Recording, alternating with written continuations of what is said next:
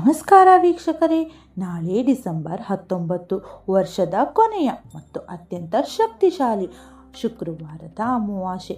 ನಿಮ್ಮ ಮನೆಯಲ್ಲಿ ಪದೇ ಪದೇ ಜಗಳವಾಗುತ್ತಿದೆಯೇ? ಹಣಕಾಸಿನ ಸಮಸ್ಯೆಗಳು ಬೆನ್ನು ಬಿಡುತ್ತಿಲ್ಲವೇ? ಅಥವಾ ಶತ್ರುಕಾಟ, ಮಾಟ ಮಂತ್ರದ ಭಯ ನಿಮ್ಮನ್ನು ಕಾಡುತ್ತಿದೆಯೇ? ಹಾಗಿದ್ದರೆ ಇಂದಿನ ಈ ವಿಡಿಯೋ ನಿಮಗಾಗಿ. ಕೇವಲ ಒಂದು ಅನ್ನದ ಉಂಡೆಯಿಂದ ನಿಮ್ಮ ಜೀವನದ ದಿಕ್ಕನ್ನೇ ಬದಲಾಯಿಸುವ ಅದ್ಭುತ ತಂತ್ರ ಮತ್ತು ಈ ದಿನ ಮಾಡಲೇಬಾರದ ತಪ್ಪುಗಳ ಬಗ್ಗೆ ಇಂದು ನಾವು ತಿಳಿದುಕೊಳ್ಳಲಿದ್ದೇವೆ. ಲಕ್ಷ್ಮೀ ಕೃಪೆಗಾಗಿ ಈ ವಿಡಿಯೋವನ್ನು ಕೊನೆವರೆಗೂ ನೋಡಿ. ಮೊದಲನೆಯದಾಗಿ ಅಮಾವಾಸ್ಯೆಯ ಸಮಯವನ್ನು ತಿಳಿದುಕೊಳ್ಳೋಣ. ನಾಳೆ ಬೆಳಗ್ಗೆ 4:59 ಆರಂಭವಾಗುವ ತಿಥಿಯು ಡಿಸೆಂಬರ್ 20 ಶನಿವಾರ ಬೆಳಗ್ಗೆ 7:13 ಮುಕ್ತಾಯವಾಗುತ್ತದೆ. ನೆನಪಿಡಿ, ಅಮಾವಾಸ್ಯೆಯ ದಿನ ಯಾವುದೇ ಹೊಸ ಕೆಲಸ ಆರಂಭಿಸಬೇಡಿ. ಆದರೆ ಈಗಾಗಲೇ ಶುರು ಮಾಡಿರುವ ಕೆಲಸವನ್ನು ನಿಲ್ಲಿಸುವುದು ಬೇಡ. ವಿಶೇಷ ಸೂಚನೆ: ಸ್ತ್ರೀಯರು ಈ ದಿನ ತಲೆ ಕೂದಲನ್ನು ಬಿಟ್ಟುಕೊಂಡು ಓಡಾಡಬಾರದು. ಇದು ನಕಾರಾತ್ಮಕ ಶಕ್ತಿಯನ್ನು ಆಹ್ವಾನಿಸಿದಂತೆ. ಹಿರಿಯರಿಗೆ ಅವಮಾನ ಮಾಡುವುದು ಅಥವಾ ಹೊಸ ಬಟ್ಟೆಗಳನ್ನು ಧರಿಸುವುದು ಈ ದಿನ ಶುಭಕರವಲ್ಲ. ಈಗ ಅತಿ ಮುಖ್ಯವಾದ ತಂತ್ರದ ಬಗ್ಗೆ ತಿಳಿದುಕೊಳ್ಳೋಣ. ಇದಕ್ಕೆ ಬೇಕಾಗಿರುವುದು ಕೇವಲ ಅನ್ನ ಮತ್ತು ಕುಂಕುಮ.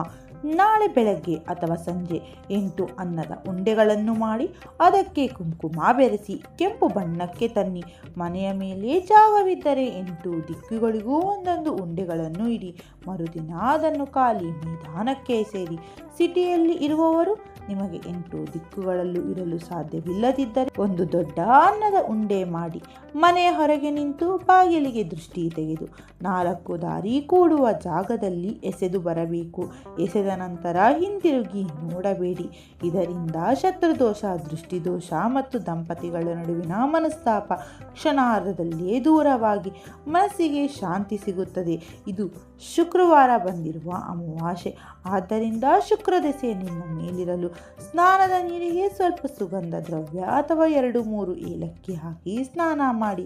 ಲಕ್ಷ್ಮೀ ದೇವಿಯನ್ನು ಒಲಿಸಿಕೊಳ್ಳಲು ಬೆಳಗ್ಗೆ ಮತ್ತು ಸಂಜೆ ಕೆಂಪು ದಾಸವಾಳ ಅಥವಾ ಗುಲಾಬಿ ಹೂವಿನಿಂದ ಅಲಂಕಾರ ಮಾಡಿ ಸಿಹಿ ನೈವೇದ್ಯವನ್ನು ಅರ್ಪಿಸಿ. ಓಂ ಶ್ರೀಂ ಶ್ರೇ ನಮಃ ಎಂದು 11 ಅಥವಾ 21 ಬಾರಿ ಮಂತ್ರಗಳನ್ನು ಜಪಿಸಿ ತುಪ್ಪದ ದೀಪ ಹಚ್ಚಿ. ಇದರಿಂದ ಧನಲಾಭ ಖಂಡಿತವಾಗಿಯೂ ಆಗುತ್ತದೆ.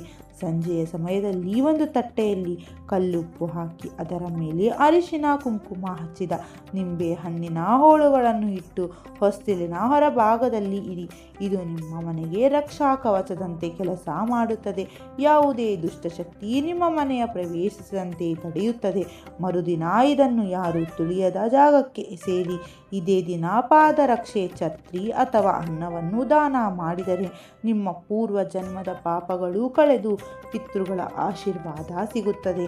ಮದುವೆ ವಿಳಂಬವಾಗುತ್ತಿದ್ದರೆ ನಾಳೆ ಲಕ್ಷ್ಮೀ ನಾರಾಯಣನ ಮುಂದೆ ಕುಳಿತು ವಿಷ್ಣು ಸಹಸ್ರನಾಮ ಪಠಿಸಿ ಹೆಸರುಬೇಳೆ ಪಾಯಸ ನೈವೇದ್ಯವಾಗಿ ಮಾಡಿ.